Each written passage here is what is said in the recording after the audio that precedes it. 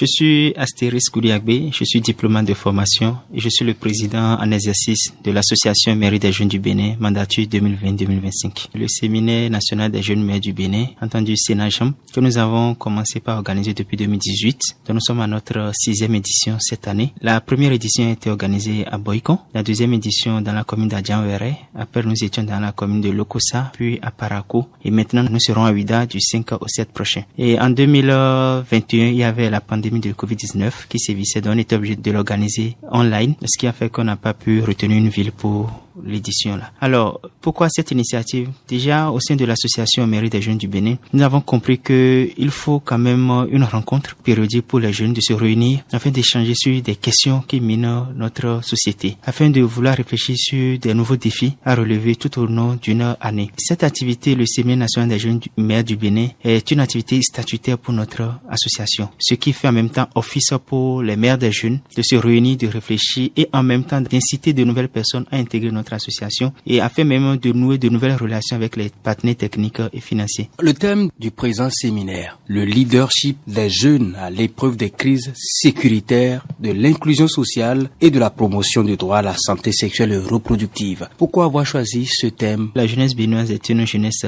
très intelligente et très engagée, mais nous avons un problème aujourd'hui qui mine notre jeunesse, nos générations, c'est la guerre de leadership. Et en cela, nous avons pensé qu'il faut vraiment renforcer la capacité de ces jeunes-là en ce qui concerne le leadership et aussi les questions relatives à l'inclusion sociale. Parce que beaucoup s'adonnent à des activités illicites parce qu'ils se sentent peut-être délaissés et pour cela, leur rappeler ce qui est leur rôle au sein de notre communauté. Comment est-ce qu'ils peuvent mettre le leadership en avant pour atteindre certains objectifs. Aussi les amener aussi à comprendre ce que c'est que le brassage intercommunal ou interculturel, si je peux le dire ainsi. Et en cela, nous pouvons régler beaucoup de problèmes. Pour qu'aucune communauté ne se sente plus marginalisée, il faudrait quand même régler le problème de l'exclusion et en cela nous avons pensé à l'inclusion sociale. Et aussi aujourd'hui dans le Nord Bénin ou dans notre pays je vais dire, nous constatons qu'il y a le problème des crises sécuritaires, le terrorisme, l'extrémisme violent qui sévit de jour en jour et ce qui amène peut-être les jeunes à se déplacer, à quitter le pays, surtout les jeunes de ces régions-là, ce qui amène peut-être l'immigration où nous voyons nos frères qui meurent en cours de route.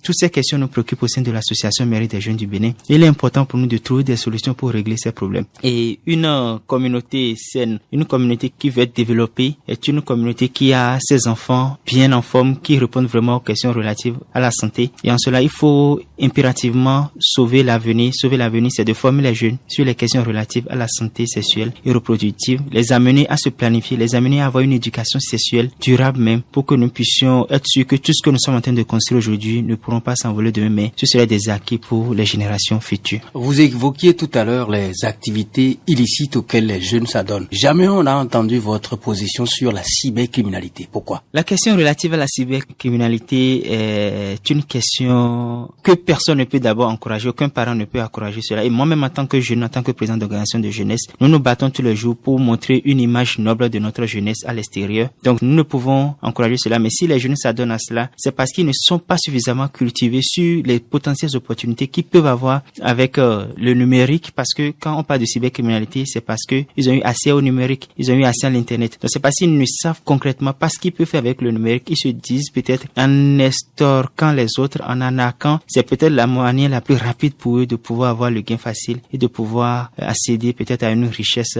précipitée. Donc en cela, je ne peux que dire que il y a un travail qui se fait sur le terrain, déjà parce que ces cybercriminels, on essaie quand même de les identifier d'une manière ou d'une autre. Ce sont des gens avec qui nous nous amusons tous les jours, nous nous divertissons tous les jours, nous nous retrouvons sur les terrains de football tous les jours. Et ce n'est que des sensibilisations sur sensibilisation que nous pouvons amener quand même à corriger ce fléau-là dans notre société. Mais est-ce que au sein de l'association Mairie des Jeunes du Bénin, est-ce que vous avez un projet là-dessus? Quand la répression a commencé, nous avons initié un projet, on a même eu un programme qu'on voulait soumettre au gouvernement en place, mais nous avons jugé attendre encore un peu parce que le projet qui est mis en place serait peut-être constitué comme un projet qui n'amène pas à sévir quand l'enfant fait mal, mais c'est un projet qui dit, bon, quand vous les prenez en même temps, il faut en même temps les reconvertir. Et je dis, quand vous prenez un jeune qui n'est pas aussi attentif aux conseils, aux instructions, quand vous le prenez, il faut sévir un peu pour l'amener à la raison et après maintenant lui donner de nouvelles orientations. Donc je pense que ce projet que nous avons dans le placard, je ferai tout pour que ce projet puisse sortir avant la fin de mon mandat. Peut-être mon successeur pourra prendre la relève par rapport à ça. Qu'est-ce que les précédents séminaires ont eu comme impact sur la vie de votre association et de vous, membres qui appartenait à cette organisation? Si je prends l'exemple de l'édition passée, le thème retenu pour le séminaire, c'est le mécanisme d'exploitation des richesses territoriales pour l'autonomisation de la jeunesse. Je prends l'exemple de la commune d'Aguigui, par exemple, qui est une commune lacustre, où comment est-ce que les jeunes de cette commune peuvent utiliser quand même le potentiel qu'ils ont, le potentiel naturel qu'ils ont pour pouvoir se développer. Ne pas attendre nécessairement aller à Cotonou pour se faire recruter dans une administration, mais quand même faire valoir ce que nous avons sur le temps. C'est le thème même, c'est sur ce thème-là que nous avons travaillé. Et déjà, avec ce thème, c'est que nous amenons peut-être les jeunes à comprendre comment est-ce qu'il faut vendre mieux leur cité,